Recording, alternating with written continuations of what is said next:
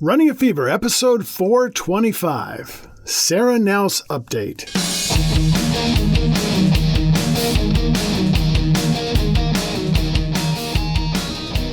Welcome to Running a Fever. I'm Michael Davis. This is a show about loving life and living long.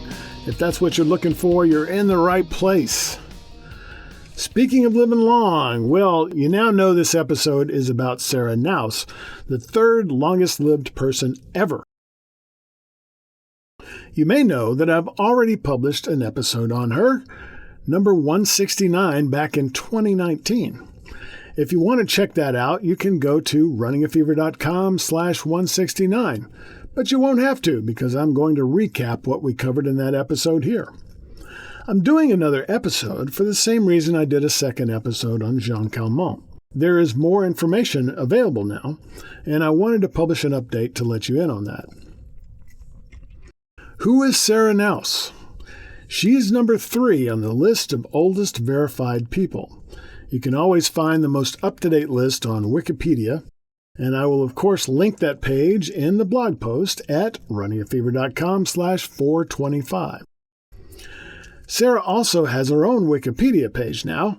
Back when I did episode 169, she was the second oldest. But she was overtaken in 2022 by Kane Tanaka, who is now number 2, ahead of Sarah by only 10 days. But she is still the oldest American ever. Sarah Knauss was born on the 24th of September, 1880. She died on the 30th of December, 1999, 48 hours before the turn of the century. She lived 119 years and 97 days, and is one of only 3 people to live to the age of 119. Sarah's age was verified by the Gerontology Research Group from census records. Though the 1890 census records were destroyed by fire, an 1891 census referred to the 1890 results, which listed a 10-year-old Sarah Clark. She was mentioned at 19 in the January 1900 U.S. Census, and her marriage record in August 1901 lists her age as 21. Her age is mentioned without contradiction in subsequent censuses from 1910 and 1930. She preceded the adding machine, the camera, local anesthesia, the ballpoint pen, and the submarine. She was 13 when Henry Ford built the first car, and 32 when the Titanic sank. She was in her 80s when the Vietnam War broke out. She was 88 when Neil Armstrong walked on the moon. Recently, well, it was 5 years ago, but it wasn't out when I did the earlier episode. A 16-minute video was released of an interview with Sarah conducted in the 1990s. She was 98 at the time. In it, she was very talkative and wanted to talk about everything she could remember in some detail. The interview had to bring her back to the subject at hand several times. She talked about her childhood. She talked about the railroad and traveling by sleigh. She had to go several miles every day to get the mail, sometimes on horseback, sometimes on foot. She talked about people coming through by stagecoach and bringing news. There was no telephone, radio, TV, or internet, of course. People mainly communicated by writing letters. Because of the difficulties of travel, people who came to visit would stay at least 2 weeks. No one ever came just for a weekend. They brought plenty of luggage. She thought it was a wonderful world we live in today, with all the technology available, but said that we are no happier today, and that when she was young she had everything she needed, and people were very friendly. It was a good life, and family was important in that. She said that family life wasn't what it used to be. Children seek more independence. She's concerned about the youth of today being patriotic and understanding how great this country is. Sarah spent her whole life in Pennsylvania steel country and was proud of how they made the materials that built the country, especially the railroads. When she came to Lancaster, there were 3 cars in town. Railroads were a main mode of transportation. They had a marvelous trolley system for the first 30 years of the 20th century. If you went to Boston or New York, that was a long trip. A trip to Florida was a 3-day trip. Sarah never took an airplane flight in her life and never drove a car. She was born in Hollywood, Hazel Township, Lucerne, Pennsylvania, and died in Allentown. Her husband was Abraham Lincoln Knauss, who, appropriately, was a Republican politician. Their only child lived to be 101, but when Sarah died, there were 6 generations spanning from Sarah, 119, to her 4-year-old great-great-great-grandson. She also had a grandson, 3 great-granddaughters, 5 great-great-grandchildren.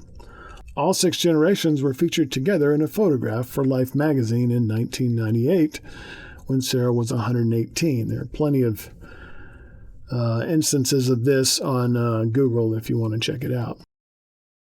She worked as an insurance office manager and homemaker. Although her family was one of the first in her town to own a car, she never drove one. Although she was around at the time of the Wright brothers' first powered flight, she also never flew in an airplane. According to one article, she was a renowned storyteller. She apparently liked transportation, as she claimed to have seen the last horse-drawn trolley in Allentown, where she lived most of her life, having moved there upon her marriage, and the last electric trolley, and the last steam-driven locomotive in service in Allentown. Her grandson and others said Sarah was a very quiet woman. She enjoyed playing bridge with a group of Allentown women. During World War II, she did her part by rolling bandages for wounded soldiers. An accomplished seamstress, Sarah used a foot-powered sewing machine until 1940 when her family gave her a powered one. She also did a lot of needlework, some of which still survives in the homes of her descendants. She was a church member in Allentown and attended Bible study classes at her nursing home. When she was told she was the oldest woman, she said, "So what?" Let's talk about her quality of life. This is always very important when you have a long life, is the quality of it. In 1995, Sarah said she enjoyed life because she still had her health and could do things. She lived her last 9 years in the Phoebe Home nursing home, along with her daughter, who was 96 at the time of Sarah's death. She died peacefully in her sleep, sitting up in her chair in her room with no known illness. She was almost completely deaf when she died. She used a wheelchair. It was said that she always had a smile on her face. She sewed her last quilt in 1987 when she was 107, but was still hemming clothes for the family right up until her death. She went to the hairdresser every week, up until her death, and wore her hair in a French twist. She had a relatively youthful appearance, as you can see from photographs of her, even late in life. On her 119th birthday, she said she did not make a wish when she blew out the candles. She got out of bed every day and loved doing things, especially when there were children involved.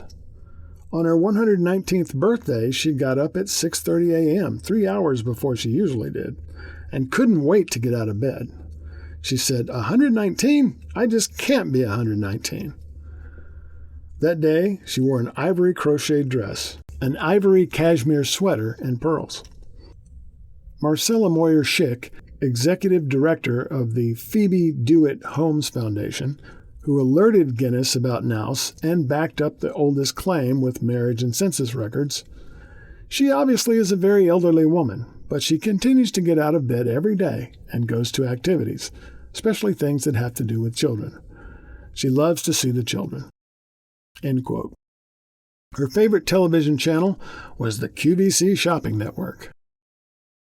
So, what did this supercentenarian eat? Called a chocoholic, Sarah ate chocolate every day until her death. On her 119th birthday, she ate crab patty, a butterscotch sundae, and chocolate turtles. And of course, birthday cake, which was chocolate, vanilla, and strawberry.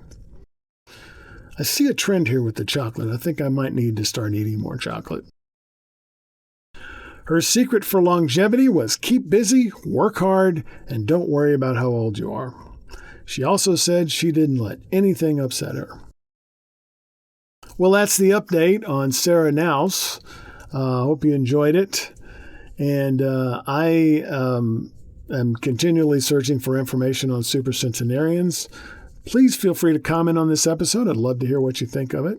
And remember, if you got the fever, keep it burning. If you don't, catch the fever. And I will talk to you next time on Running a Fever.